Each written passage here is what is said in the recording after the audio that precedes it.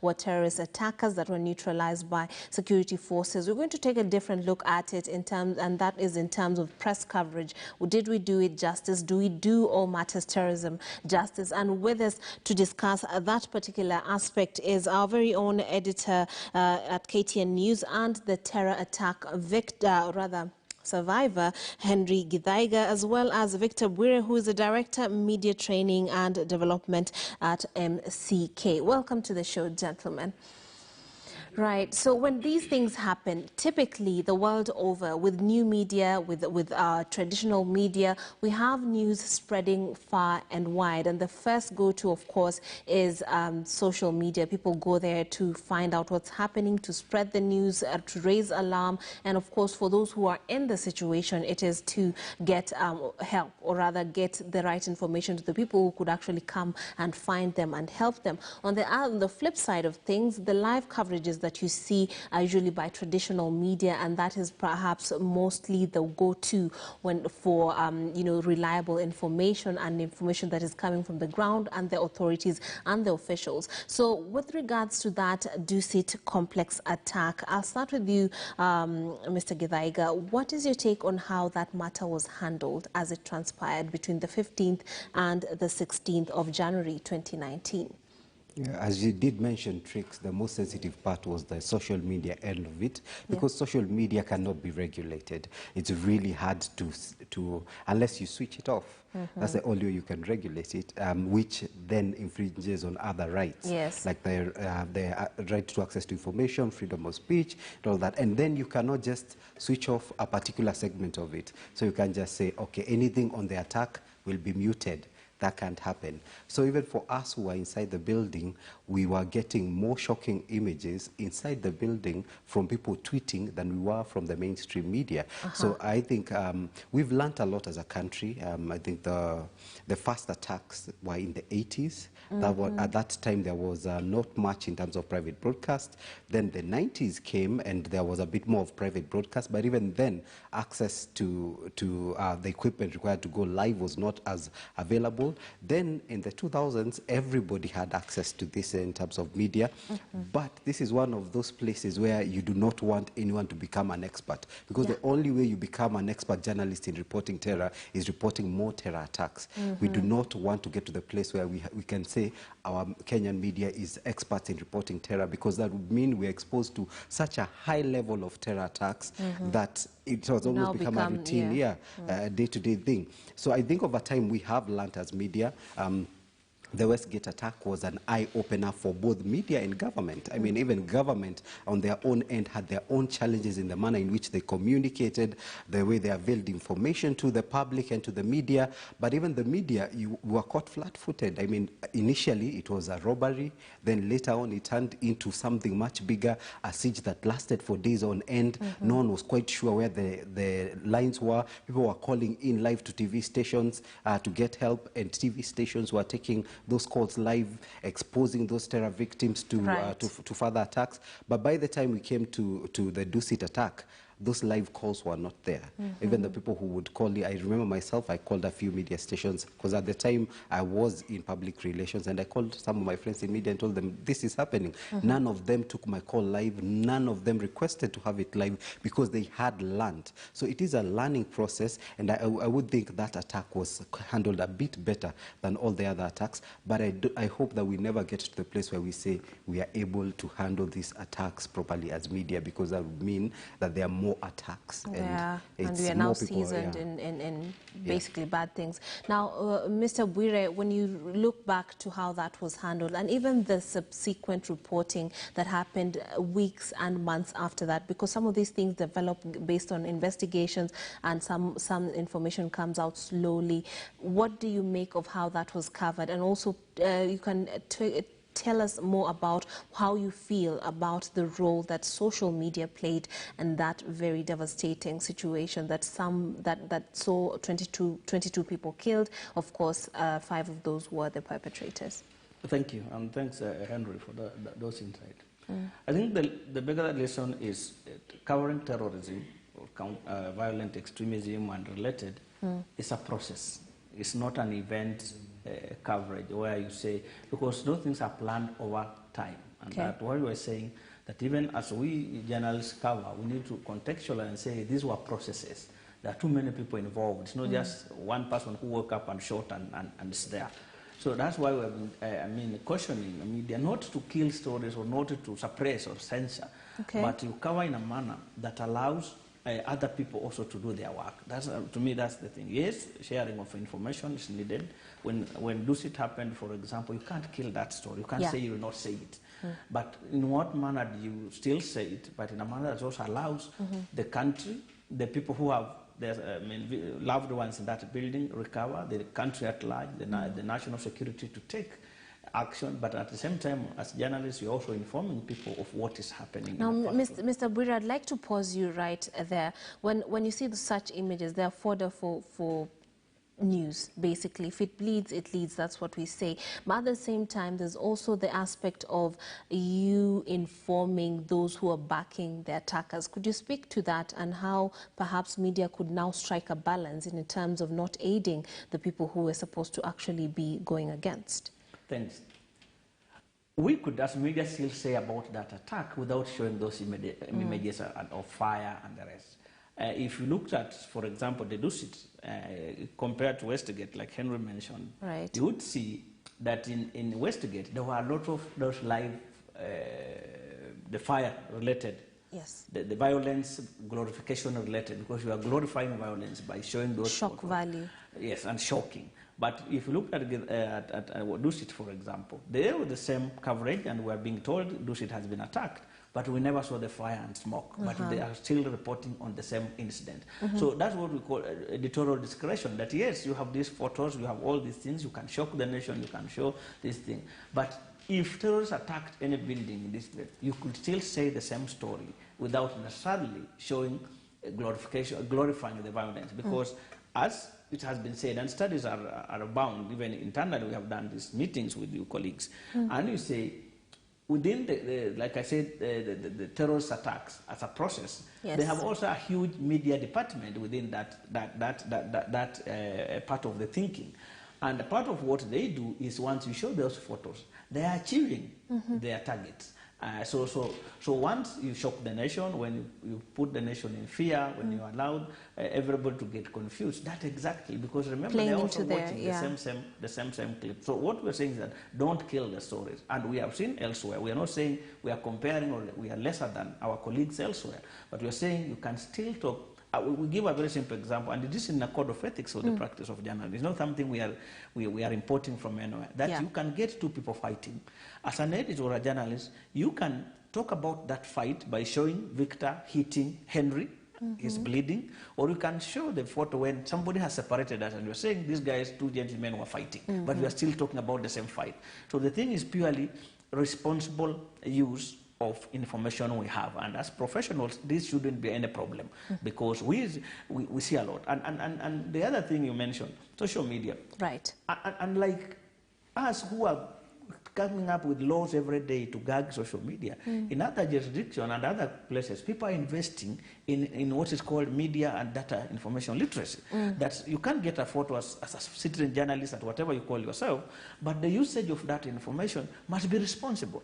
Put yourself in the shoes of that person who has been killed with that bullet. You are showing you are throwing the photo online, and if it's your father or your uncle, how do you look at it? So it's purely a responsible way of looking things. That yes, I can get this information, yes, an accident has happened, but how do I use, sensitive to the sense that this person is somebody's father, husband, or sister, or daughter, or something, that if they got this information in this manner, what happens? So that's why, and social media actually is a great Henry. It's just that people neglect. If you look at the Communication Information Act, KICA, and the communication, we have a whole department of cybercrime at DCI. We have a whole department of monitoring social media at Communication Authority of Kenya, and that's how they plug some of these things. But why would we reach a stage where we want the DCI to come into such things, where if we were responsible people, and we have visited, if we looked at some of the reports that are used, that And we don't want journalists to start competing with social media. You are professionals. Yes. Let them break their news in their professional manner and throw it.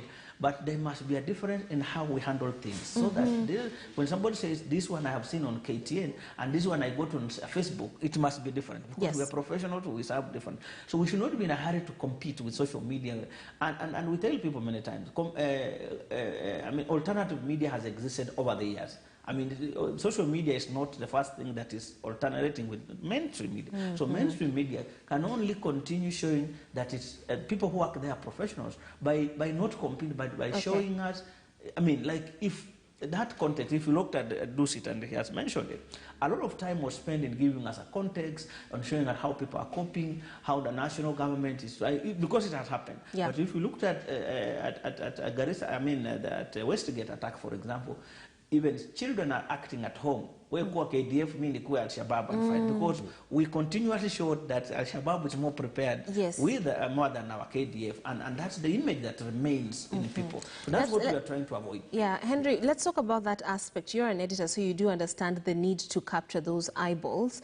And when you look at how Westgate was covered as opposed to, or rather in contrast to how Dusit was covered, do you see a different, had we learned about how we can actually be more sensitive when we're covering these things? Because some of the images that were even on the front page were condemned by the people, the viewers, because of how they exposed victims and survivors. So do you feel that there was some learning that happened in between the two?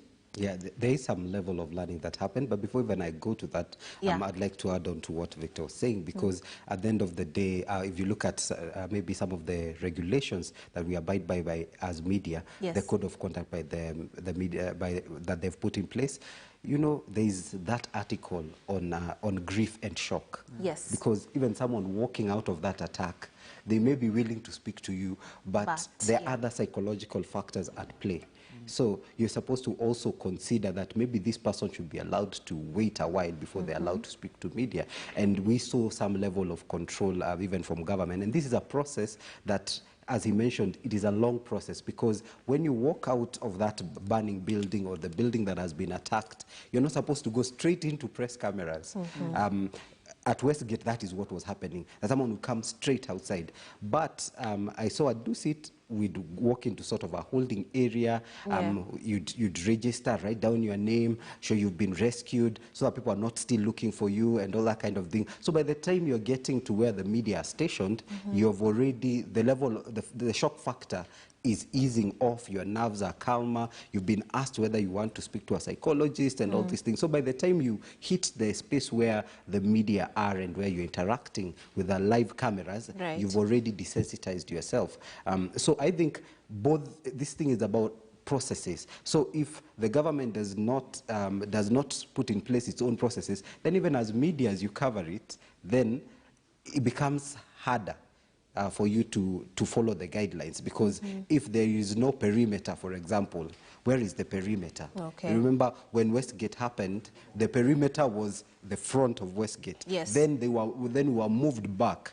Well, we did hesitate. We did object to it at the time, but later on we understood why that perimeter was needed. If you look at Dusit, where the perimeter was set from the beginning, even allowed the kind of coverage you couldn't see inside the building. You couldn't see hostages exactly being rescued, the processes. So it's the processes that actually matter, and at the end of the day influence how the coverage is done. So if the perimeter is in front of the attackers where the gunshots are, of course, then you even put the lives of those journalists at risk. So as media, we have learned, and we have learned to follow instructions in terms of this is a matter of national security.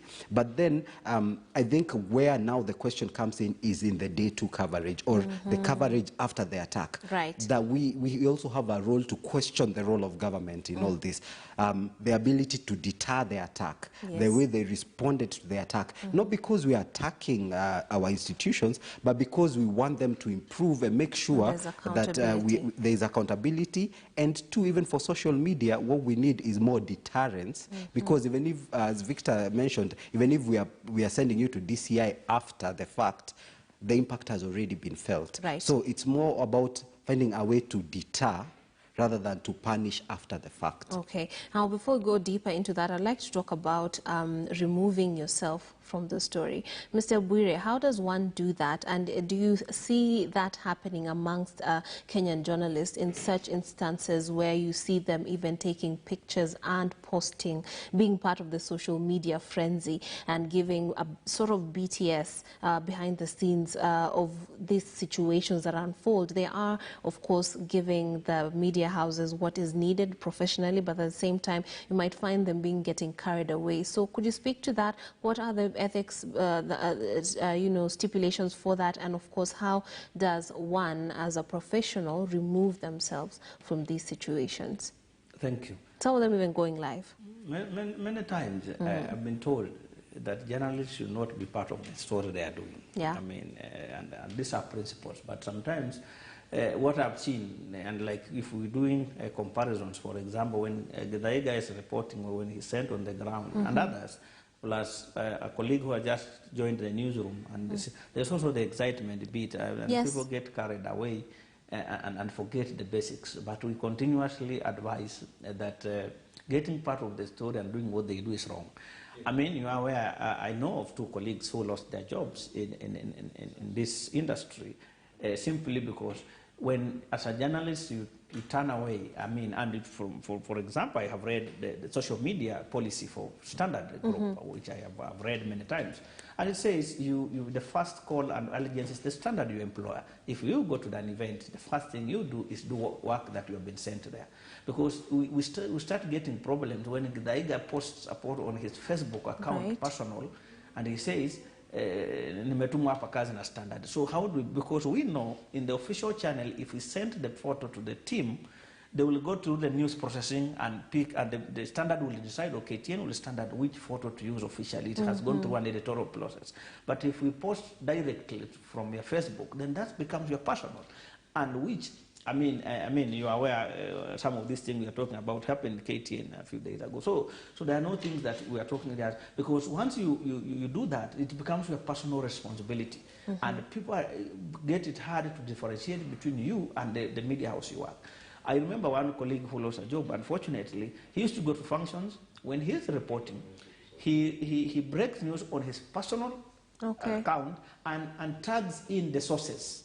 So where is your elegance? Is it you want the source to know? Actually, it used to be the president and the deputy president. So the guy would go to cover their function. When he's breaking what they have said, he uses his panel and tags in State House, the deputy president. So where, are you an employee of Presidential Press Service, or are you an employee of KTN Standard? You know, so those are basic things, and it's not something we are limiting. Even other employees, even me at a media council thing, there are things when I'm doing on behalf of the council, they must go through the council. Right. Even the council handle. Even when things I'm doing personal, which in most cases must not conflict with what I do officially.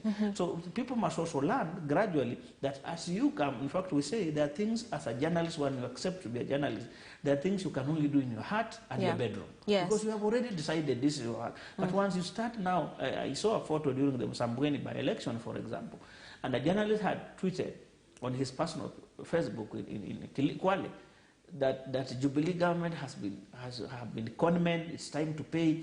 So as a journalist, then once you have done that, how does then the other candidate expect you to cover them objectively? And you have already made your personal opinion on that matter known. So we are not saying we are guarding journalists against making their personal opinion known. But once you are saying serikali yetu on terrorism is useless, you have already made that. How then would you be? So the thing largely is, let's remove ourselves from, and we hear, especially on radio station, we wanasema sisi Waluhya tumeonewa. So once a journalist, you are part of the story and you are saying this is tumeonewa. So at what, are you a Luhya journalist? Are you a national journalist? You know, so those are the things that must try to remove themselves from being part. You can say Luhya wameonewa as according to your sources, but once you start saying sisi Wakalenjin, sisi Waluhya tumeonewa, and you are on air live, then at what level do you become a Luhya spokesperson or a journalist working for Standard? Henry, where is the line to be drawn? well, the line is to be drawn that when you've decided to become a journalist, you've decided to become a journalist. Yeah. For the simple reason that social media is about wielding influence. And if it's about wielding influence, that influence is given to you depending on your title. So, for example, when you join the newsroom, maybe you had fewer followers, now you have more. Yes. So people are following you by the virtue that you're a journalist. So you should now look at your social media as a tool to advance your station. And I think it is a very blurry line between your personal life and your work life. Yes. And that's why a lot of journalists, once they start posting photos of themselves and their families online, suddenly they find their stories on blogs. Yes. Because it's not dawned on you that your influence online is associated directly to your career. So that if you cannot say, this is my personal separate account, it, yeah. because I came to follow you because of who you are. Yeah. You're tricksing, and that's what I know. Yeah. I'm like, I say, okay, let's see, how does she live? Yeah. Yeah.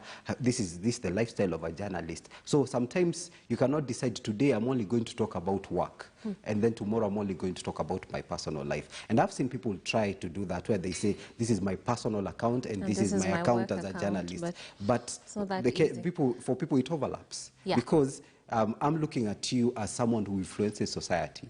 So if I'm looking at you as someone who influences society, when you post your family pictures, I'm still thinking, okay, so this is the kind of lifestyle I should expect of a journalist. If you post of yourself out there maybe drinking or racing a car or something like that, I'll assume that this influence also extends to your personal life. So it's a very blurry line that is very hard to cross. So the simple rule of thumb is, if you are a journalist, you cannot stop being a journalist after you go home. You cannot be a journalist on TV and a citizen on social media. Yeah, and of course, for those, let's say in the Dusit situation, for those who are inside, if you see perhaps my account posting some really gory pictures, it does not help the situation, especially when it comes to maintaining calm, which is very, very much But that's needed. also a very telling statement. Yes. That you won't point the station's camera towards the gory pictures, but you'll use your own. What you're telling us is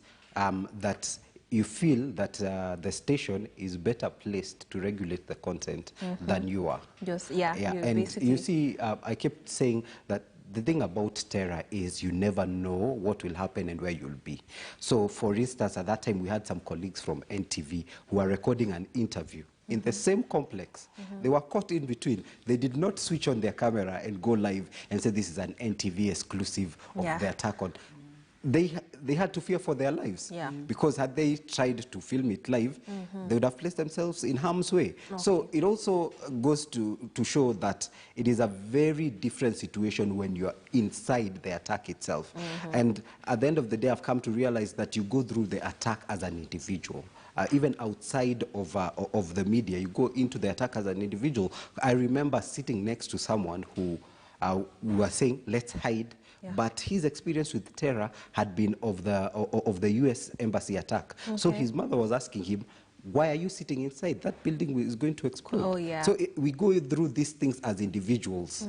It's not a collective experience. Right. And so even the coverage must also bear in mind that when you point that camera at someone who's coming out of the attack, they're going through this individually. They may not really represent what everyone else in the building has gone through. So some of them may be afraid. Some of them will be willing to talk to you. Some of them, their nerves will make them look shaken. And that's what I'm saying. Those processes really need to be there, so that if someone cannot even talk, they should not be allowed to go outside into the perimeter where the media are. So I think government has its role to play, media has its role to play, but individually, reposting those tweets, reposting those photos, it's also your responsibility. When you repost that photo, you should also know that it is also affecting someone else. Now, just to dig deeper, briefly, Mr. Bwire, where do you think the status of investigative journalists, or what do you make of the status of investigative journalism in the country? And are we able at this level to even foil plans? Because when you look at some of the reports now that emerged later, you're told that that attack was being planned on Facebook. And are we well equipped to handle this sort of reporting? Because there's that responsibility that falls on investigative journalists. Thanks. The skills are there, the energy is there, the professionalism is there. I mean, we have one of the best journalists on the continent. That one is no doubt. I mean, but the urge is there, and we have seen our journalists doing fantastically well, were facilitated. The challenge has always been the resources, and the resources internally, everybody is rushing to save. The little resources are there. So KTN, for example, is to have a very strong investigative desk at some stage. Is it in the same state today? I doubt. And others. So those are some of them, but the skill, because again, look at some, and I have worked with some of this international media. A number of these exposés on Kenya that are done by Al Jazeera's are done by Kenyan journalists. Yes. I mean, so the capacity is there, the interest is there, the energy is there, but sometimes the environment also becomes challenging to the journalists. Like I said, resources is just one of them. To collaboration, that some of these stories, especially on terrorism-related, KTN per se, tricks alone might not do it. The collaboration with other players in the sector becomes sometimes very critical. Vital. They can give you background information, and is that connect? I mean, then the issue of media and media ownership. Before you get into media ownership, let's take a short break. When we come back, we shall finish up this conversation.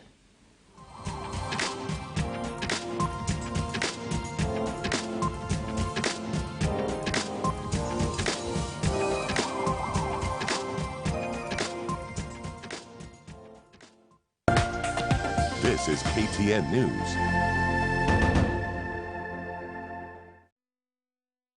This week in your Nairobian newspaper, pauper hubby, millionaire wife. Husbands strive to provide while wives save for financial independence. Showdown looms in Machakos County as former power couple face off in senatorial seat by-election. Not so friendly fire. Rising cases of angry cops shooting down hungry cops. Also, find out why deaths of misfortune seem to have followed the second family in Karura. For these and many more stories, grab a copy of your favorite newspaper, The Nairobian, to make your January shorter. The Nairobian. We know where you live.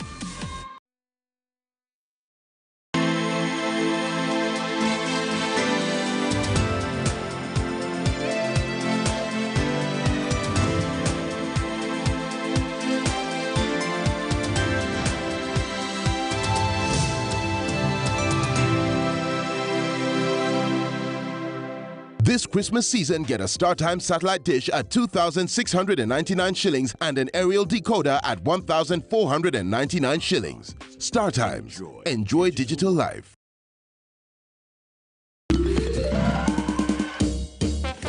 Sona moja imetengenezwa kwa njia spesheli ili kupambana na maumivu kwa haraka. Sona moja ina aspirin kama kiungo. Sona moja, kitulizo kamili. Maumivu yakizidi, pata ushauri wa daktari.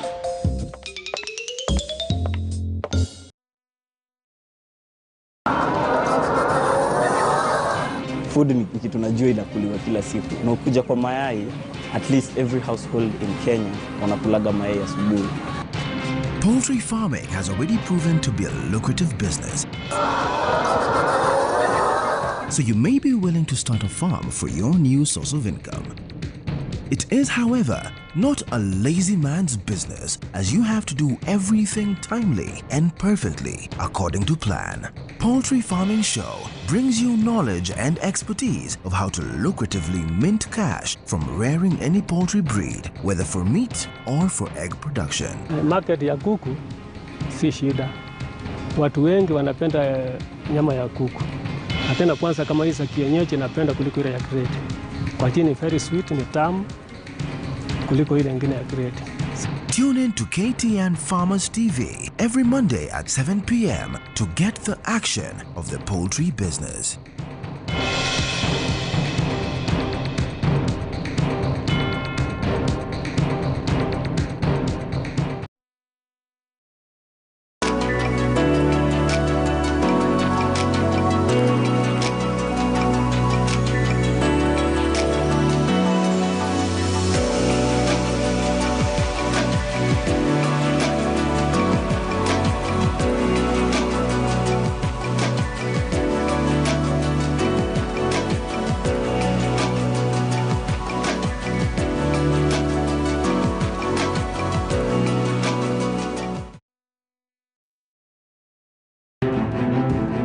It is every dairy farmer's dream to raise high-quality cows that produce lots of milk for sale. Kwa siku napata kama ng'ombe moja inanipea lita kama 35. We have visited farmers who jumped into dairy farming and made huge profits, and others who are struggling with their venture. You bring in the milk, you have done nothing. You have to look for the price for that milk, the market for that milk. What is very important for a cow is feeding. Want to do it right from the start? Watch Dairy Farms every Tuesday at 7 p.m. to learn more about the do's and don'ts of this lucrative farming venture. From the first wave of the coronavirus to a new emergent strain of the same and a race against time to have the vaccine with the highest efficiency possible and limited effects, Kenya is picking up the pieces and continuing from where she stopped. School-going children are back at school, albeit under trees. The issue of social distancing is a challenge. The BBI reggae is seemingly not stopping anytime soon despite the hurdles. BBI inaweka msingi. I am in charge of this government and I am in control. Healthcare workers across the country feel they have received a short end of the stick from the government. Yet, they are the frontline workers and the last line of defense in the fight against COVID-19. For every doctor you lose, 10,000 Kenyans are denied services. The public debt is soaring high against a dipping economy with a possible referendum vote. As long as they can borrow and do something, it's making sense. Which way, Kenya?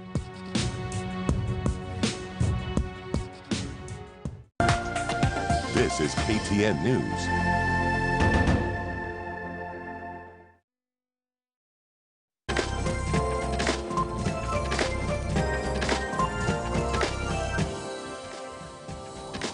Welcome back to Morning Express. Today we're focusing and looking back at the Dusit complex attack and trying to make heads of and tails of the press coverage of that particular situation. We are on the matter of investigative journalism and what role we can play in bringing to light such, of course, evil plans and perhaps if we have learned from our past mistakes. Mr. Bwire, give us your take. You're telling us about media ownership influencing how we approach certain matters. Thanks. Like I mentioned, one, I believe, and I have seen, the skills are there. The journalists want to do investigative. I know colleagues who have gone up to Mandera, Wajir, did fantastic investigation on investigative reporter. I know a colleague we have facilitated to go to Lamu. And so if given resources and support, the energy is there, the drive is there, and journalists can do a lot in foiling and exposing some of these processes. Remember, a number of our journalists are based in those communities, and sometimes they get also a lot of intelligence. I remember Robert Chanji in Tobias Chanji, your colleague in Kuala at that time, and the Nyumba Kumi thing, he had a lot of information. At one stage, he was almost kidnapped together with. So some of these guys, I know a colleague in Migori who has helped. Sometimes they don't air the story. Sometimes through the investigation and friendship, they share with the police for interventions. So that has helped. The only thing, like I mentioned, is sometimes the resources sometimes. Right now, a number of media houses cut down on staff. So to get one reporter to work on a story for a week or 2 weeks might not be easy, even and sometimes it could take months. Yes, because investigative process stories are time-bound. So that's sometimes a challenge. Sometimes purely the ownership, you get some of these stories because some of these things are complicated. Our media owners are politicians, are businessmen, are brokers, are everything. So sometimes it's mixed. And we have seen colleagues who get frustrated, for example, and reach some stage, and they can't survive. They just give up a story, not because the story is bad or unable, but through other things. And live examples are there. I mean, you remember if people like John Alan Namu, Mohammed, by the time they were leaving media houses, sometimes it was some of those frustrations that yes, you want to do something. Some of the stories have been done, but you are being told it must hold on or it must change the approach, and sometimes people get frustrated. So that has been also a major thing. But I believe working together, and I see this a lot, that people can do, but sometimes we also misuse information, like I mentioned. Like the Dusit attack, the security colleagues kept on updating us. But media went ahead and told Kerubo where Kerubo was, where in the garage in Mwiki and everywhere, they were ahead. And it was sort of frustrating now, police follow-up and investigation. So, and I see these things many times, even if you see like the current Mandela issue and what, where police sometimes share those OB entries with the colleague in trust. And people pick that information and put on WhatsApp group. What is the safety of that information, of that police? So sometimes an officer who is a friend might want just to share with you information because he has no time to retell you on phone. But once he has sent you the confidential OB entry, why do you put it on Facebook? Why do you put it on, you know, and many cases like Mandela, I've seen many times they send, say, Al-Shabaab in the vicinity, blah, blah. But that information, remember, some of the colleagues and sympathizers and also in those WhatsApp groups, they're also in those groups, they get that information. So that when, I mean, like the incident that just has happened in Kapedo again, you saw, and we have lost an officer. I mean, and you saw, you see that some of these, there are a lot of information we give around security operations. Sometimes in many cases expose individual officers whom we must take care of. And sometimes it frustrates the national security intervention. And we're not saying that people should not criticize if the lapses are there. But you contextual, like Henry said, day 2, day 3 stories. And even sometimes, now that people are informed, I'm sure, Henry, if you go to the ground right now, if there's, for example, a terrorist attack, the first question you'll ask, where is the perimeter wall? Not even going at where the police failed or not. They have those operational things. Where is the government's command center? Who is giving information? And you saw in Dusit, people are demanding, where is the government information? And it forced government to react and set up a center, and the minister addressed the hygiene. So there are basic questions before you even reach at the level of the failure of how the attack happened. But there are operational things, process things that we must ask hard questions so that they're put in place. Where is the trauma counseling? Where is this happening? Where is this happening? And it helps in us reacting to the incident instead of just focusing on the blown up building. Okay. Now, Henry, if you could add on that, and as well, tell us about the mindset of a journalist in such a situation. Should you be a patriot? Should you be a journalist who's neutral? Tell us about how one should approach that, because some feel you should err on the side of truth, some feel you should actually take a stand. If you're anti-terrorist, just be that. Well, at the end of the day, it just boils down to journalists are human beings. Yeah. You know, we are not infallible. We make mistakes, but it's how we make sure that the next time we don't make this mistake. And what I really mean here is, at the end of the day, I'm there as a human being, I'm reporting, I'm affected by what's going on there. So you'll see even some journalists crying on TV, and so we are not removed from the situation. However, to speak to what you were saying, as much as journalists would want to report on these stories, there is that delicate line between national security and the public interest. It doesn't serve the public interest for me to have a story, an investigative story on an intended Al-Shabaab attack. It better serves the public if that information is passed on to security forces. Indeed. So I see the biggest lapse maybe being the day 2 story, the after the fact story. So maybe, and I think it's the news cycle in this country is perpetuated in such a manner that within 1 or 2 weeks you've forgotten about the attack, you've moved on to the next big thing. And so we need to find a way where we also have follow-ups on some of these stories. So how was this thing financed? That's, you know, something that requires a bit more time, but it also requires a bit of international collaboration, a bit of more knowledge and connectivity to the security forces, because I wouldn't be able to track those cash transfers without getting access to, you know, that dark sites on the internet, this kind of things. Most journalists will not have access to some of this information. But what we do with that information is particularly of importance, and the role of editors in all that. The editor will say, okay, the attack is over, we need to follow up on this story, we need to make sure it doesn't happen again. If it was government's fault, let's hold them to account. If it was citizens' fault by maybe harboring these people, let's also sensitize them and tell them, look, it's affecting you directly by harboring these people. So you can be as objective as you want, but at the end of the day, it's a human being question, because if a bomb goes off, it doesn't matter about your nationality, it doesn't care about your religion, it doesn't matter about your ethnicity, whether you're a journalist, your profession, all these things don't matter in that moment. So it's about treating it and remembering that even journalists are human So we shall err here, but we shall correct. And as I said, we are learning, but we do not want to get to the point where we are perfect at reporting these stories, because that would mean there are so many attacks that we are reporting. All right. Now, your closing remarks, Mr. Bwire. And thanks. There are now a number of guidelines, including internally, on helping journalists cover terrorism as well. The Media Council has produced a book jointly with the security forces. They are booked by some organization at the coast and others. And like we mentioned, there are also experiences that we are sharing.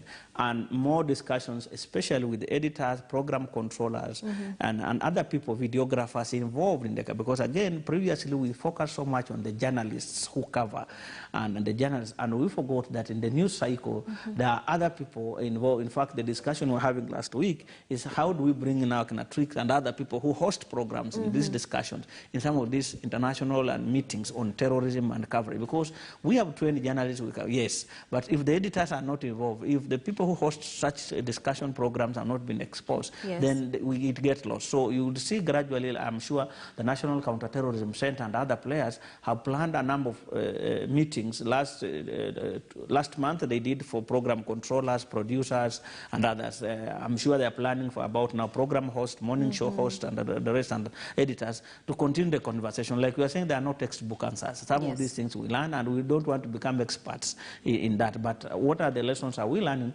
that then help us cover well? Because at the end of the day, are we serving public interest? Are we covering in a manner that helps us deal with that situation, showing how people cope, or are we covering in a way that it devastates everybody? Okay. Henry, as a survivor as well as being part of the media, how would you tie this all up?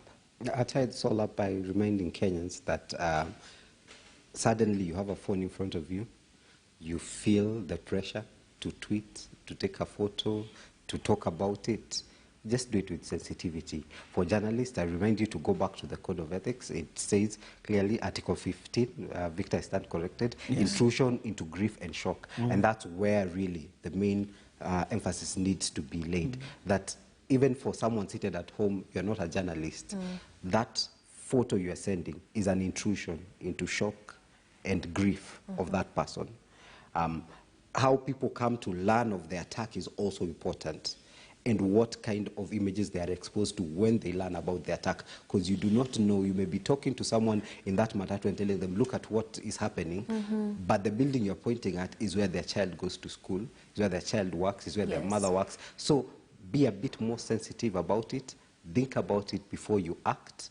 It will serve you better. You'd rather be the last person to tweet it, but the person who cared the most. Okay. I say that as a survivor. Okay. They just be responsible users of information. Okay. Okay. Thank you very much. Henry Githaiga is an editor here at KTN News and also a survivor of the Dusit attack. And Victor Bwire is a director, media training and development at the Media Council of Kenya. We shall be taking a short break. On the other side, Robin Toskin is set to bring us the very latest in sports. Stay tuned for that.